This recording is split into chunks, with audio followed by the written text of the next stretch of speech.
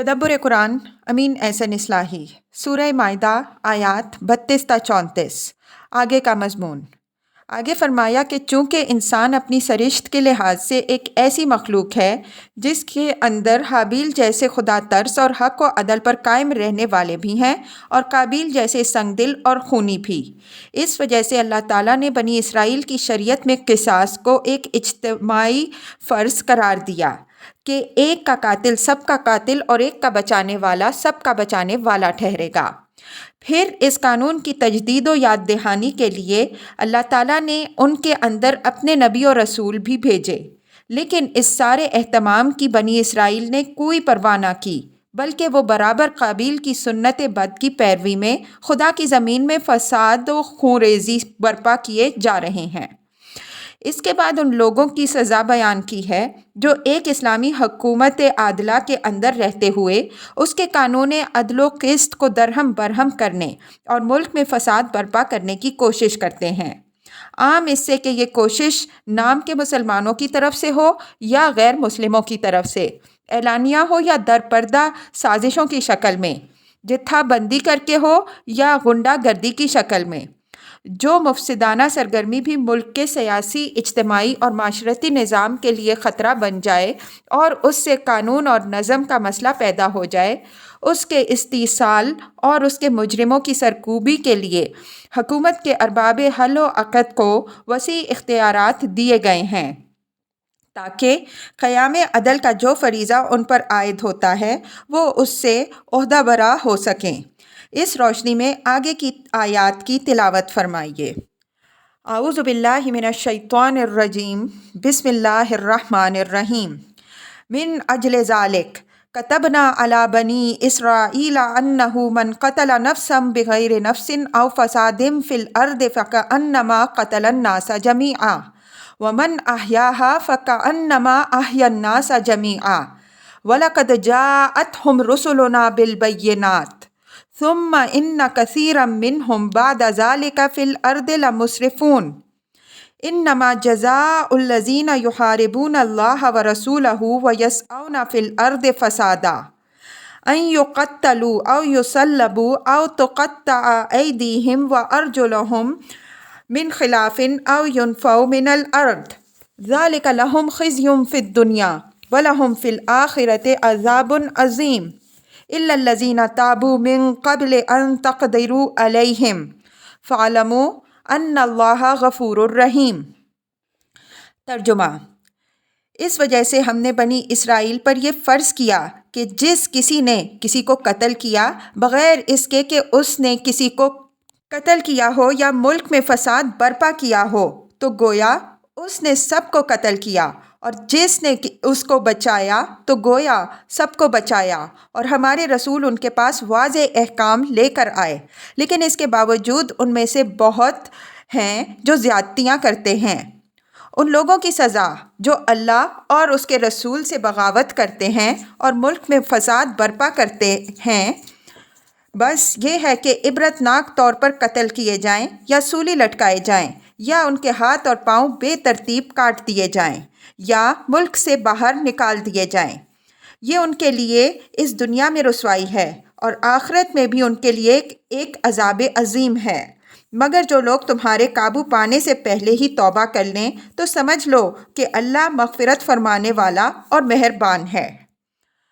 الفاظ کی تحقیق اور آیات کی وضاحت۔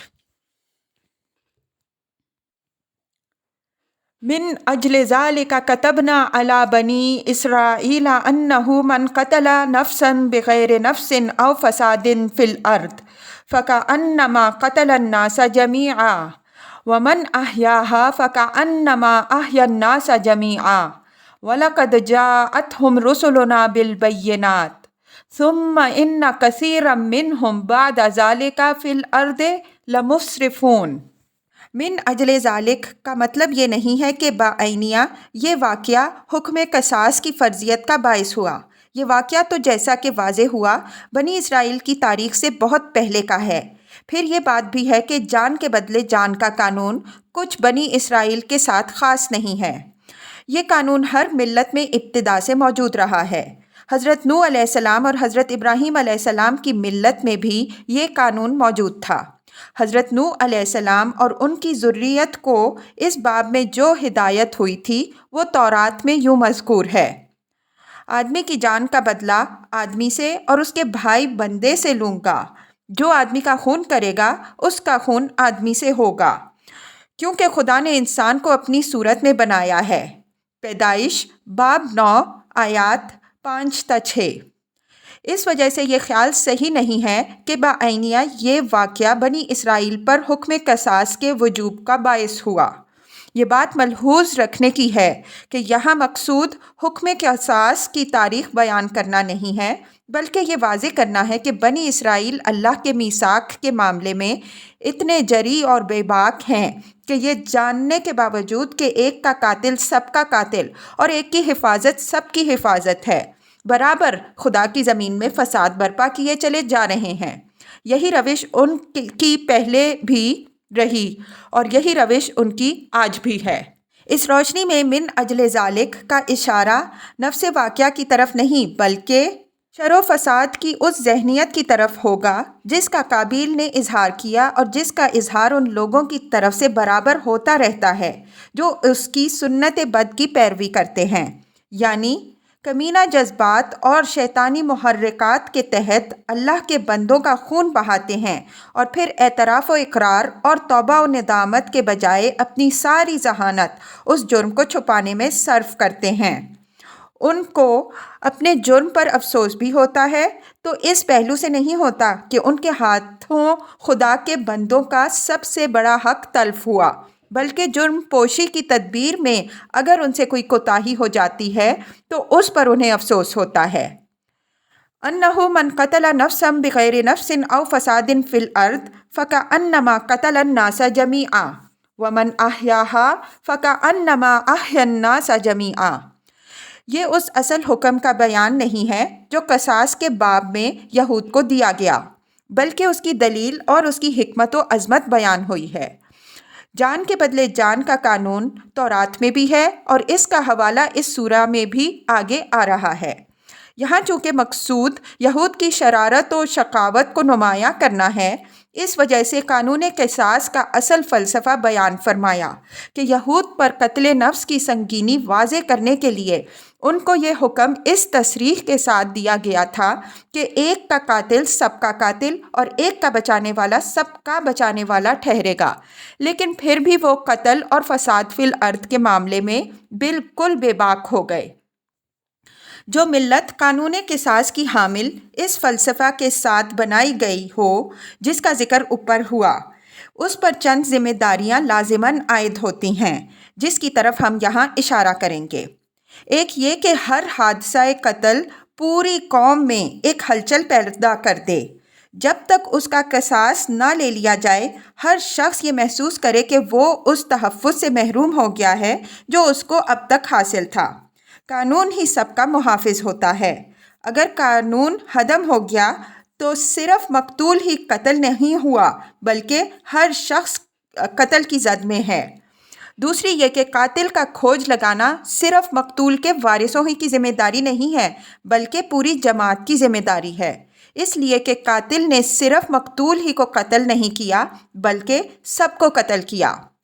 تیسری یہ کہ کوئی شخص اگر کسی کو خطرے میں دیکھے تو اس کو پرایا جھگڑا سمجھ کر نظر انداز کرنا اس کے لیے جائز نہیں ہے، بلکہ اس کی حفاظت و حمایت اس کے لیے ضروری ہے، اگرچہ اس کے لیے اسے خود کو جوخم برداشت کرنی پڑے۔ اس لیے کہ جو شخص کسی مظلوم کی حمایت و مدافعت میں سینہ سپر ہوتا ہے وہ صرف مظلوم ہی کی حمایت میں سینہ سپر نہیں ہوتا بلکہ تمام خلق کی حمایت میں سینہ سپر ہوتا ہے جس میں وہ خود بھی شامل ہے۔ چوتھی یہ کہ اگر کوئی شخص کسی قتل کو چھپاتا ہے یا قاتل کے حق میں جھوٹی گواہی دیتا ہے یا قاتل کا ضامن بنتا ہے یا قاتل کو پناہ دیتا ہے یا قاتل کی دانستہ وکالت کرتا ہے یا دانستہ اس کو جرم سے بری کرتا ہے، وہ گویا خود اپنے اور اپنے باپ، بھائی، بیٹے کے قاتل کے لیے یہ سب کچھ کرتا ہے، کیونکہ ایک کا قاتل سب کا قاتل ہے۔ پانچواں یہ کہ کسی مقتول کے قصاص کے معاملے میں مقتول کے وارثوں یا حکام کی مدد کرنا بھی در حقیقت مقتول کو زندگی بخشنا ہے، اس لیے کہ قرآن میں ارشاد ہوا ہے کہ قصاص میں زندگی ہے۔ ہم نے یہ اس اصول سے برآمد ہونے والی چند موٹی موٹی باتوں کی طرف اشارہ کیا ہے، مزید غور کیجئے تو اس کی مزید حکمتیں واضح ہوں گی۔ پھر کس قدر قابل ماتم ہے اس قوم کا حال جو اس اصول سے باخبر ہوتے ہوئے قتل و خون ریزی اور فساد فی الارض میں بالکل بے باک ہو گئی۔ وَلَقَدْ جَاءَتْهُمْ رُسُلُنَا بِالْبَيِّنَاتِ ثُمَّ إِنَّ كَثِيرًا مِّنْهُمْ بَعْدَ ذَلِكَ فِي الْأَرْضِ لَمُسْرِفُونَ۔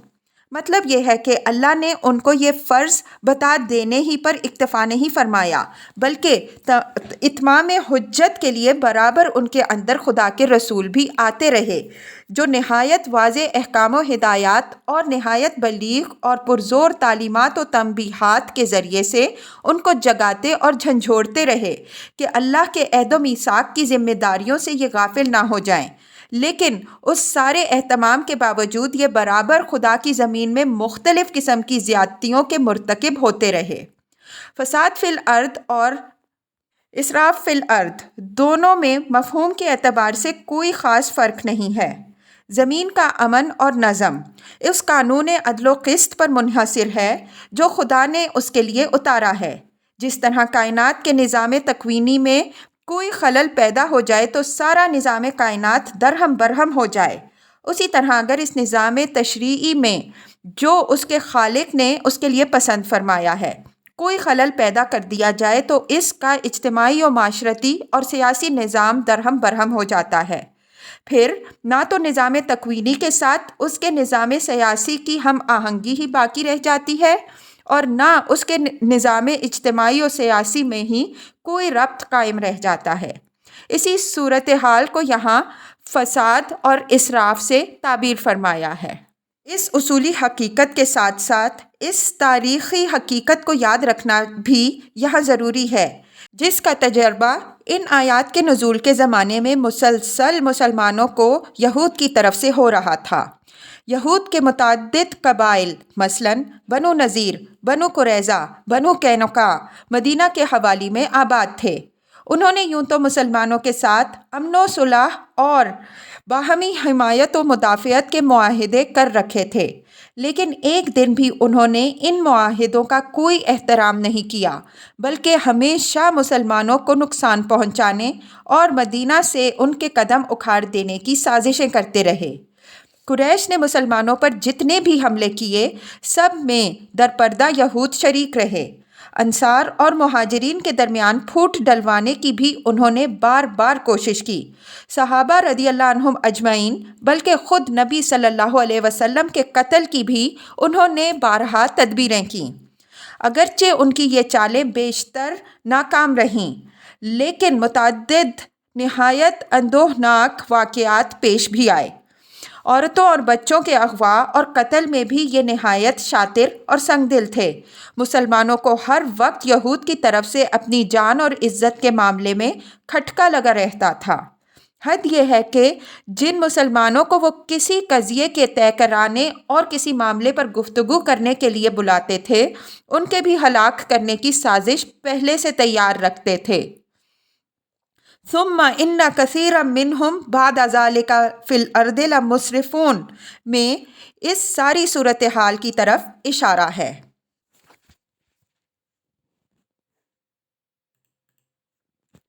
انما جزاء الذین یحاربون اللہ ورسولہ ویسعون فی الارض فسادا ان یقتلوا او یصلبوا او تقطع ایدیہم وارجلہم من خلاف او ینفوا من الارض ذلک لہم خزی فی الحیاۃ الدنیا ولہم فی الآخرۃ عذاب عظیم الا الذین تابوا من قبل ان تقدروا علیہم فاعلموا ان اللہ غفور رحیم۔ یحاربون اللہ ورسولہ ویسعون فی الارض فسادا، اللہ اور رسول سے محاربہ یہ ہے کہ کوئی شخص یا گروہ یا جتھا جرت و جسارت، ڈھٹائی اور بے باکی کے ساتھ اس نظام حق و عدل کو درہم برہم کرنے کی کوشش کرے جو اللہ اور رسول نے قائم فرمایا ہے۔ اس طرح کی کوشش اگر بیرونی دشمنوں کی طرف سے ہو تو اس کے مقابلے کے لیے جنگ و جہاد کے احکام تفصیل کے ساتھ الگ بیان ہوئے ہیں۔ یہاں بیرونی دشمنوں کے بجائے اسلامی حکومت کے ان اندرونی دشمنوں کی سرکوبی کے لیے تعزیرات کا ضابطہ بیان ہو رہا ہے جو اسلامی حکومت کی رعایا ہوتے ہوئے عام اس سے کہ وہ مسلم ہے یا غیر مسلم اس کے قانون اور نظم کو چیلنج کریں۔ قانون کی خلاف ورزی کی ایک شکل تو یہ ہے کہ کسی شخص سے کوئی جرم صادر ہو جائے، اس صورت میں اس کے ساتھ شریعت کے عام ضابطۂ حدود و تعزیرات کے تحت کارروائی کی جائے گی۔ دوسری صورت یہ ہے کہ کوئی شخص یا گروہ وہ قانون کو اپنے ہاتھ میں لے لینے کی کوشش کرے، اپنے شر و فساد سے علاقے کے امن و نظم کو درہم برہم کر دے، لوگ اس کے ہاتھوں اپنی جان، مال، عزت، آبرو کی طرف سے ہر وقت خطرے میں مبتلا رہیں۔ قتل، ڈکیتی، راہزنی، آتش زنی، اغوا، زنا، تخریب و تحریب اور اس نوع کے سنگین جرائم حکومت کے لیے لا اور آرڈر کا مسئلہ پیدا کرتے ہیں۔ ایسے حالات سے نمٹنے کے لیے عام ضابطہ حدود و تعزیرات کے بجائے اسلامی حکومت مندرجہ ذیل اقدامات کرنے کی مجاز ہے۔ ان یقتلوا، یہ کہ فساد فی الارض کے یہ مجرمین قتل کر دیے جائیں۔ یہاں لفظ قتل کے بجائے تقتیل باب تفعیل سے استعمال ہوا ہے۔ باب تفعیل معنی کی شدت اور کثرت پر دلیل ہوتا ہے اور اس وجہ سے تقتیل شرع تقتیل کے معنی پر دلیل ہوگا۔ اس سے اشارہ نکلتا ہے کہ ان کو عبرت انگیز اور سبق آموز طریقے پر قتل کیا جائے جس سے دوسروں کو سبق ملے۔ صرف وہ طریقہ قتل اس سے مستثنیٰ ہوگا جو شریعت میں ممنوع ہے، مثلاً آگ میں جلانا۔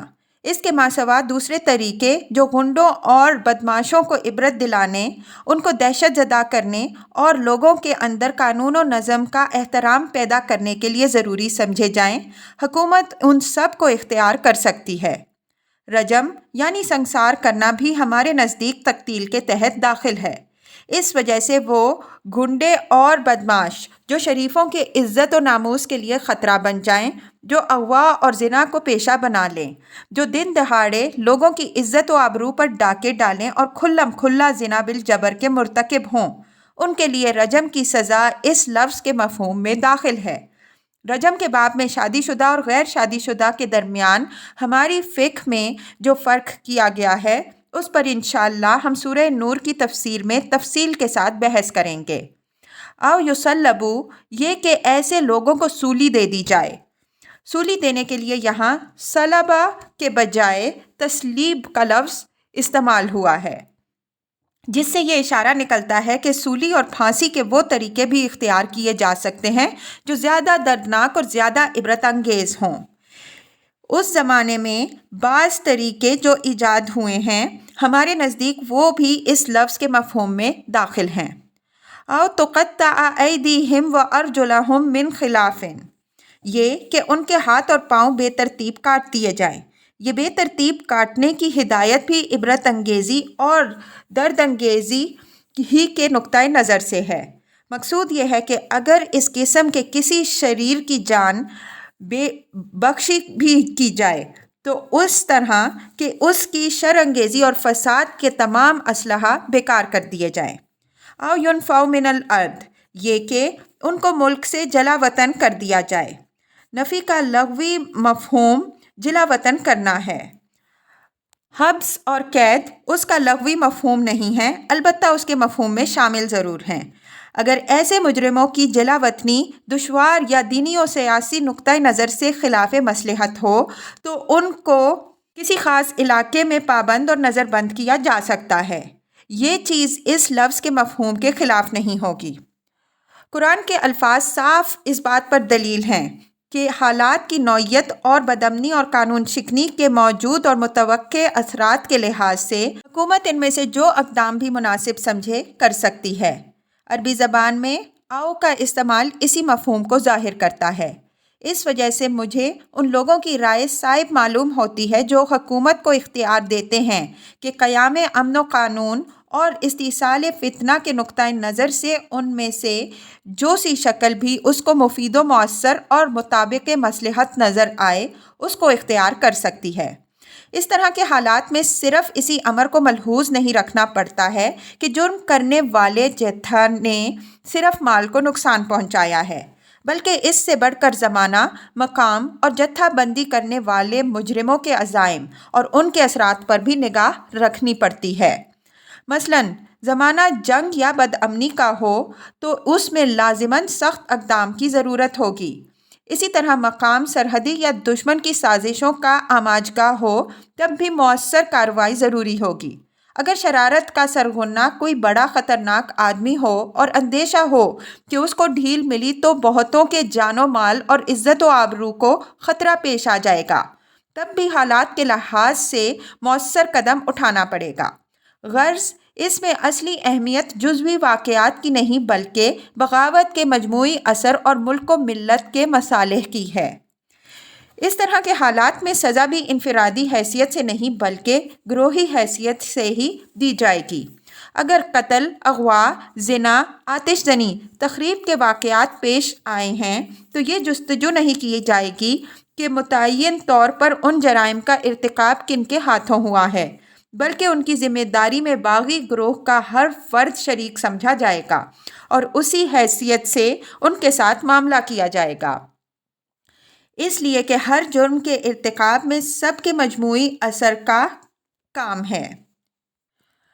عقل اور ارینا والوں کو نبی صلی اللہ علیہ وسلم نے بیت المال کے اونٹوں کو ہنکا لے جانے اور ان کے چرواہوں کو قتل کرنے کے جرم میں جو عبرت انگیز سزا دی، امام بخاری رحمۃ اللہ علیہ نے اس کو اسی آیت کے تحت لیا ہے۔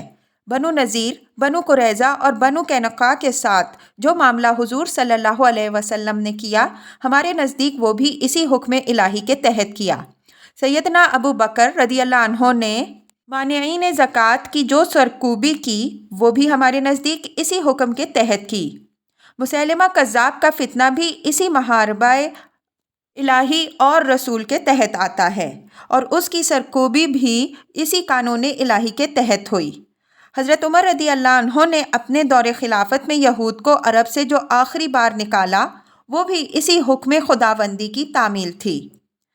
ذالکم لہم خزی فی الدنیا الی الآیہ، یہ ان کے لیے اس دنیا میں رسوائی ہے۔ یہ اس شبہے کا ازالہ ہے جو مذکورہ بالا سزاؤں سے متعلق ان لوگوں کے ذہن میں پیدا ہوتا ہے یا پیدا ہو سکتا ہے جو اللہ اور رسول کو چیلنج کرنے کے جرم کی سنگینی کا صحیح اندازہ نہیں کر پاتے۔ اس کائنات میں حقیقی عزت اللہ اور رسول کے لیے ہے۔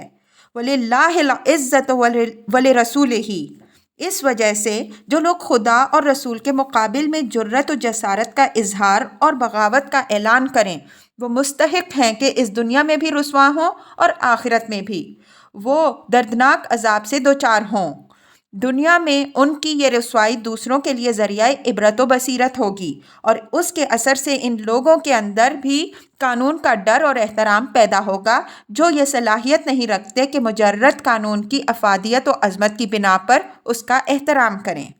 موجودہ زمانے میں جرم اور مجرمین کے لیے فلسفہ کے نام سے جو ہمدردانہ اور رحم دلانہ نظریات پیدا ہو گئے ہیں، یہ انہی کی برکت ہے کہ انسان بظاہر جتنا ہی ترقی کرتا جاتا ہے دنیا اتنی ہی جہنم بنتی جاتی ہے۔ اسلام اس قسم کے محمل نظریات کی حوصلہ افزائی نہیں کرتا۔ اس کا قانون ہوائی نظریات پر نہیں بلکہ انسان کی فطرت پر مبنی ہے۔ إِلَّا الَّذِينَ تَابُوا مِن قَبْلِ أَن تَقْدِرُوا عَلَيْهِمْ فَاعْلَمُوا أَنَّ اللَّهَ غَفُورٌ رَحِيمٌ، یعنی یہ خاص اختیارات صرف ان باغیوں کے خلاف استعمال کیے جائیں گے جو حکومت کے حالات پر قابو پانے سے پہلے تک اپنی بغاوت پر اڑے رہے ہوں اور حکومت نے اپنی طاقت سے ان کو مغلوب و مقہور کیا ہو۔ جو لوگ حکومت کے ایکشن سے پہلے ہی توبہ کر کے اپنے رویے کی اصلاح کر چکے ہوں ان کے خلاف ان کے سابق رویے کی بنا پر اس قسم کا کوئی اقدام جائز نہیں ہوگا بلکہ اب ان کے ساتھ عام قانون کے تحت معاملہ ہوگا۔ اگر ان کے ہاتھوں عام شہریوں کے حقوق تلف ہوئے ہوں تو حتی الامکان ان کی تلافی کرا دی جائے۔ آیت میں فَاعْلَمُوا کے لفظ کے زور کو اگر ذہن میں رکھیے تو یہ بات صاف نکلتی ہے کہ قابو میں آنے سے پہلے ہی توبہ و اصلاح کر لینے والوں کے معاملے میں حکومت کے لیے کوئی انتقامی کارروائی جائز نہیں ہے۔ خدا غفور و رحیم ہے، جب وہ پکڑ سے پہلے توبہ و اصلاح کر لینے والوں کو معاف کر دیتا ہے تو اس کے بندوں کا رویہ اس سے الگ کیوں ہو؟